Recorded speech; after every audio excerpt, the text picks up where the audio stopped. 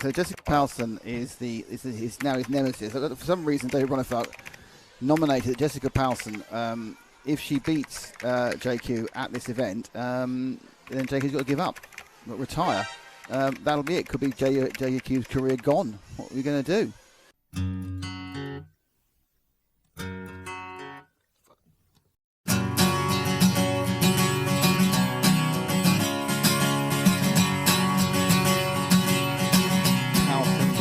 THEQuagraine worryingly for him is about 7 seconds behind Powson. So is this the last race for JQ? Is this JQ's retirement race? Who knows? THEQuagraine, I think, is writing his own retirement speech at the moment. THEQuagraine has a bit of a lead over Powson, which is obviously the only thing we're talking about really. And JQ's career is coming to an end apparently. And it's, in the end, his career ends by 0.4 of a second. This is my retirement video. Now, I do understand that no one asked for this video, but I have to make it. But if I'm going to tell this story, we're going to have to start at the very beginning.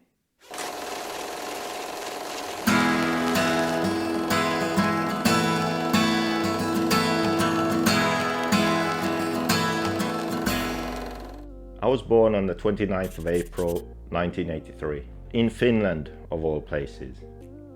Now, there's a lot of snow in Finland, but me, I prefer dirt. I loved dirt. I have no explanation for it, but I grew up on a farm, which was lucky, because on a farm there's a lot of dirt. As a baby, I was a ladies' man, mainly focusing on adult married women. I had 2 sisters. No, that's not 3. Heard that before. That's me. Okay, just because I wore a dress one time doesn't make me a girl, okay? I was always a cool dude, maybe a bit weird though. Okay, so apparently I wore a dress twice. Can we please move on now? I remember that already from a young age I was very competitive. Maybe this wasn't obvious to the outside world, but internally I was very competitive. I remember when I was playing alone, I would invent 4 different characters or personalities, and I would compete against myself. And number 4 was my favorite. So whatever I was doing, if number 4 didn't do it the best, I would actually get mad at myself because I wanted number 4 to win. But I was honest enough to where I wouldn't cheat myself. Number 4 really had to do the best job at riding my bike or playing with my toy cars. For whatever reason, I was very competitive. The problem I had was that my parents were not. This is their wedding picture. I think my mum was a hippie, and as for my dad, he's an illustrator. He did magazine covers and such. Basically, he's an artist. So I had a hippie and an artist for parents. Not the best combination if you want to be world champion at something.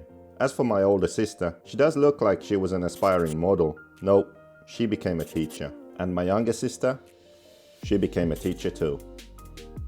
So there I was, an extremely competitive little boy in an extremely uncompetitive family. And since I had the communication skills of a particularly socially awkward hamster, my desires remained deep in my mind.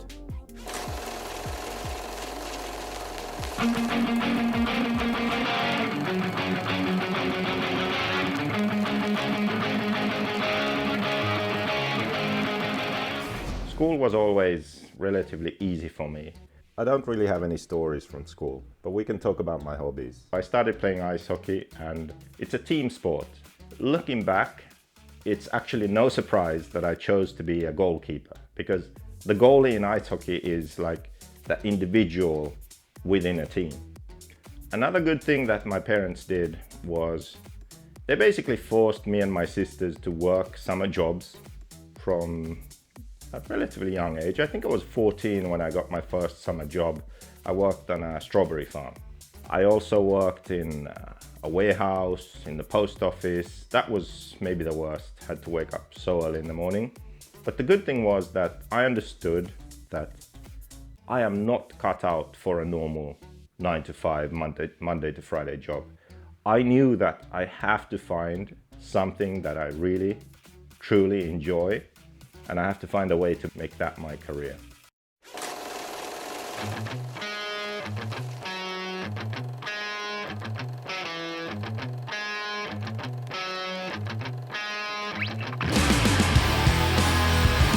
As soon as I started racing, I was all in. I would read all the RC car magazines. And I remember thinking, I wish I could race in America one day. What's stopping me? Nothing. I just realized that I was wishing that, but I wasn't doing anything towards actually achieving it. And then I figured, well, I can actually race in America. So after I was done with school, I applied to a university to study engineering. The only reason I wanted to do engineering was actually RC cars, because I wanted to design a car, work for a car brand in the future. So I applied, I got in, and then I took a gap year. And during that gap year, what I did was I worked 2 jobs. I worked at McDonald's and a warehouse. The reason I did that was I could work in the warehouse daytime, and then McDonald's you could pick your own hours. So I could do double shifts. So this way I could save enough money to where I could do all the racing in the summer in Finland, and then in the winter I could go to America. And I went there for 3 months. I stayed in Huntington Beach, and at the time they had this youth hostel there. And when I got there, it was basically just surfers, skateboarders, and sort of hippie traveler dudes that were there, and me racing RC cars. And I was a stone's throw from the beach, almost, if you had a small stone and a really good throw. I could see the sea from where I was staying. I went to the beach 1 time in 3 months. I went to the RC track pretty much every day. I went to America with another Finnish driver, Timo Jalas. He was a few years older than me. He stayed for a couple of weeks, and then I would spend the rest of the time alone. But actually, we went to 1 race, and then after that we went to this hostel I told you about. And when we arrived, there were 2 guys sitting on the porch outside. So we walk inside, and there was a sign, "Gone surfing, back later." So we walk outside, and then one of the guys outside says, "Hey, you JQ, right?" And I say, "Yeah." And he says, "Oh, I'm Robert from Sweden." So there were 2 Swedish racers, Jon Sandberg and Robert Gustafsson, who had come to America for 1 month just to race RC cars. And they had a ride like 1 or 2 days ago. For the full first month I was there, I actually had other people to travel around with. Then once they went home, then I was on my own. But at that point I had already met some local racers, and I was good. And that was back in 2003, and 20 years later, we're still friends to this day. So that was quite amazing that we just happened to travel at the same time and stay at the same place and meet in that way. Okay, we get the point. So I wore a dress a couple of times. That trip to America really was the best decision that I've ever made, I would say, because it really opened my eyes to what is possible, and it opened my eyes to a whole different world, because I hadn't really traveled before that time. And I was so motivated when I came back to really do something with my life. I don't know that I would have been able to achieve that without that trip.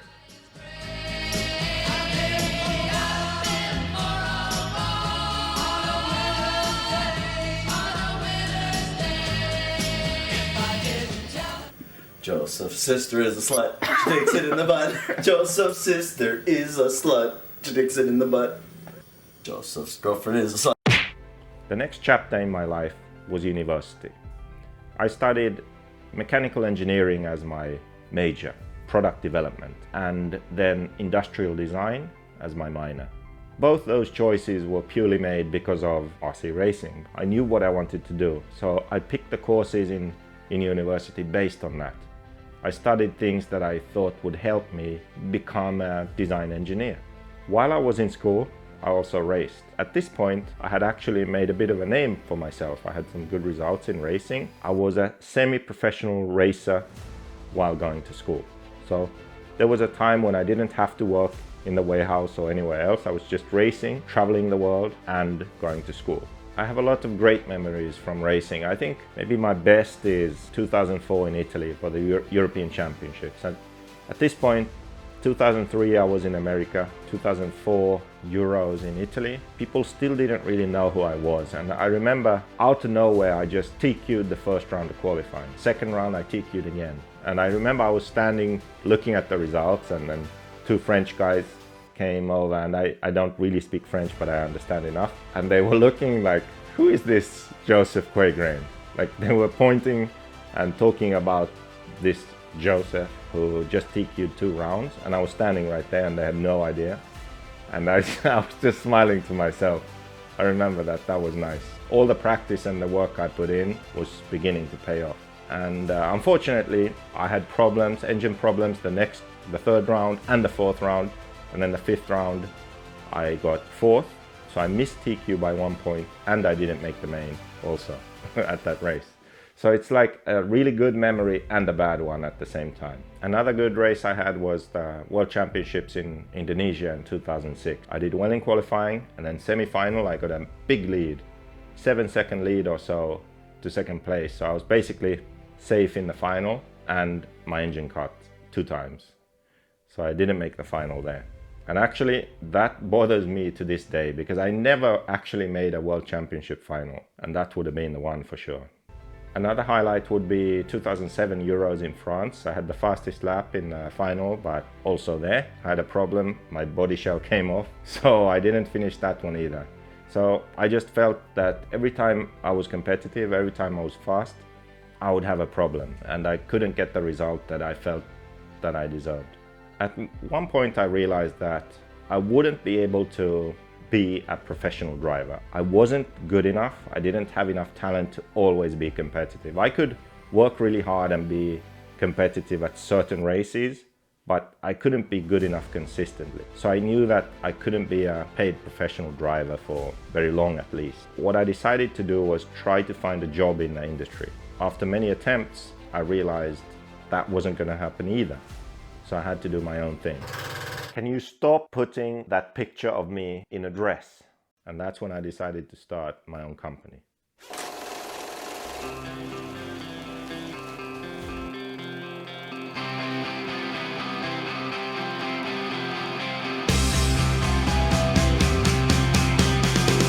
I was 26 years old when I started my company, JQ Design it's called, and the brand was called JQ Products first. Now, I don't want to talk about this too much because there's so many videos out there, so many blog posts. Most of you watching this probably know already. All I'm going to say is that my original goal was very simple. I wanted to design a car, produce it, and win with it. And I wanted this to be a way for me to stay in the industry also beyond my racing years. So I never wanted to work on a strawberry farm or post office ever again. That was it, basically. RC cars for life. That was my goal.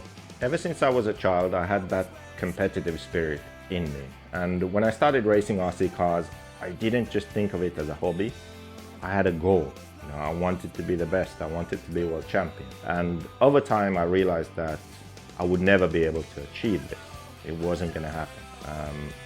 And this was hard to accept. At this point, I had already been distant from my family for a long time. Whatever emotions had caused that distance, that had already faded. I didn't really care anymore. What remained was certain kind of resentment. Like, I resented my parents for not understanding and supporting me for what I wanted. And I resented myself, or my younger self, for not being able to communicate to them what I wanted. So I was in this position where I had worked really hard towards a goal, wasn't achieving it, and I knew that partially it was because I started too late. I was a young boy that had big plans. Now I'm just another shitty old man. What did I fun and I hate everything. The world's out, so fuck you. When I think about my personal racing and race results, I look at all the trophies I've won. Mostly I just feel frustration. I failed at achieving my goals.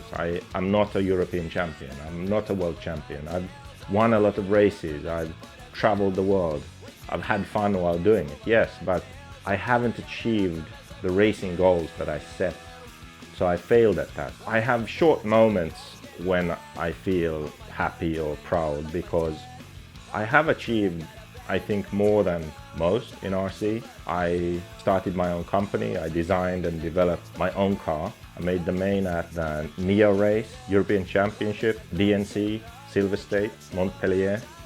You name it, basically. Every big race there is, I've made the main with my own car, but never a world championship. And also never won those big races. So it's good, yes, but that lasts for a few seconds and then frustration sets in.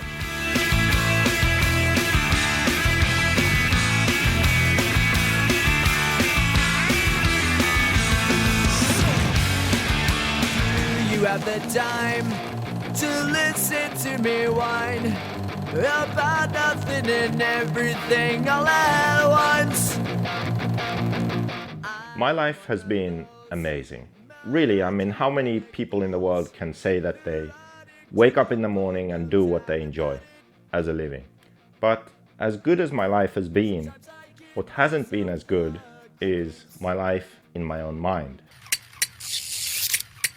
Anxiety is something that I didn't even know existed until about 2-3 years ago. So I didn't know that, oh, that feeling I have, that's anxiety.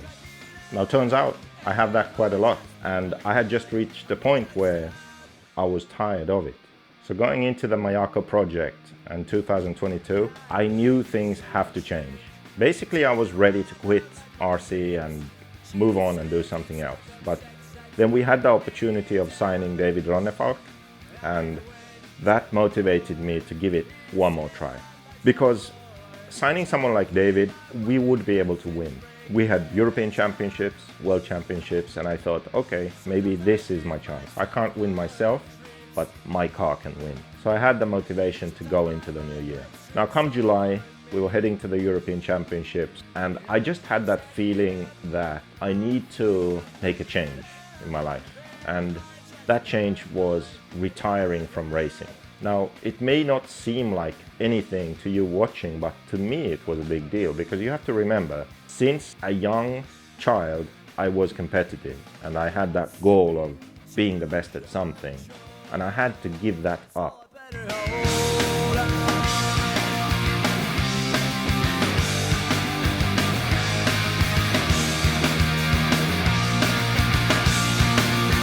Fast forward to the World Championships and something happened. David started the main at the back, and then slowly he picked off each driver one by one and he got into the lead.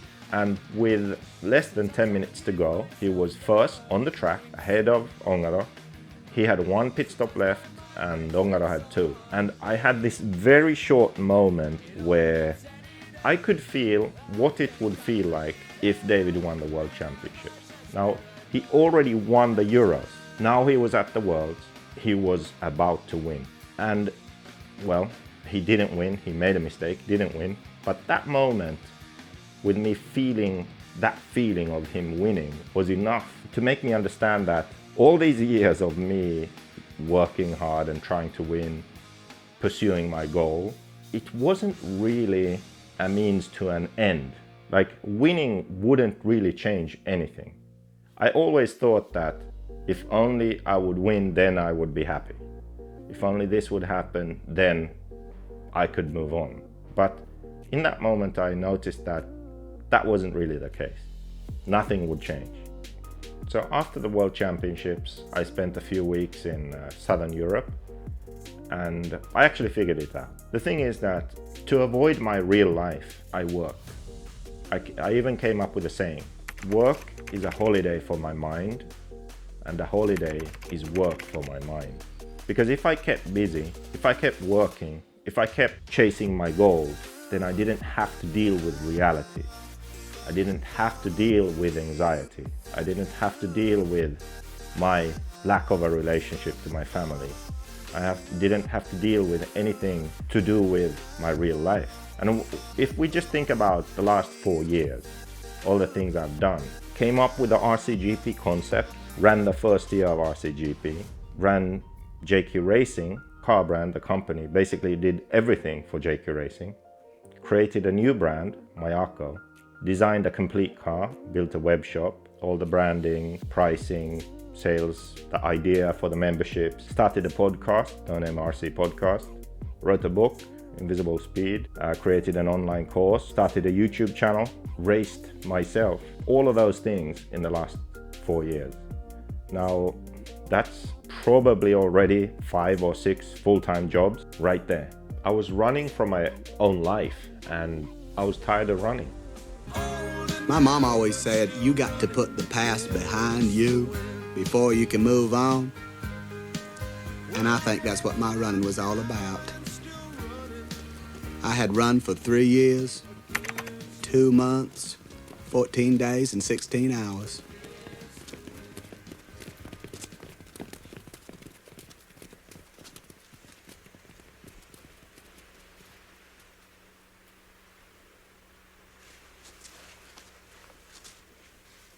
Quiet, quiet, he's gonna say something.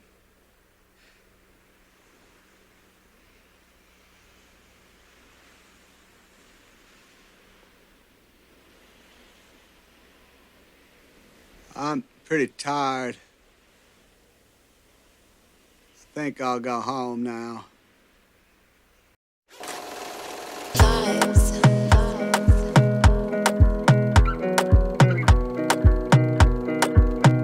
Another banger, baby, calm down, calm down. Yo, this Basically, I have 4 goals for the future. Number 1, I want to enjoy developing the Mayako buggy. I want to win with the top drivers that we have, so European Championships, World Championships. That's where my focus is now. I can't win myself, but the car I design can win. Number 2, I want to finish the Invisible Speed course. I want that body of work to exist, and then to do the live meetings and live clinics. Number 3, I want to provide opportunities for young racers who could benefit from them. I was lucky enough to meet good people, get good sponsors that provided the opportunities I needed to do as well as I did in racing. And I'm in a position where I can help young racers achieve their goals. And finally, and maybe most importantly for this video, and number 4, I want to work less. I'm gonna force myself to stop running. I've picked up a couple of hobbies that help me do this. So one is the guitar.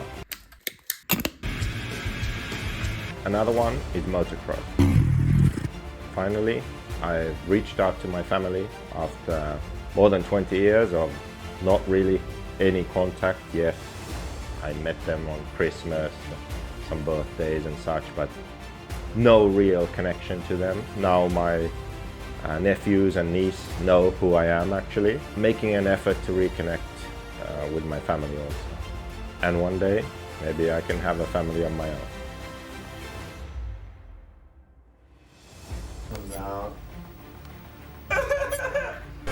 Cheers, motherfucker! Sometimes I'm happy, sometimes I'm sad. I don't know what's over me. Sometimes I'm good, sometimes I'm wild. I don't know what's over me. I don't know what's over me. I'm overthinking everything. At time me feel like nobody can understand the way I feel. Cause I am fucked up totally. I don't know how to keep company. So I've been drinking cognac. I've been drinking too many shots of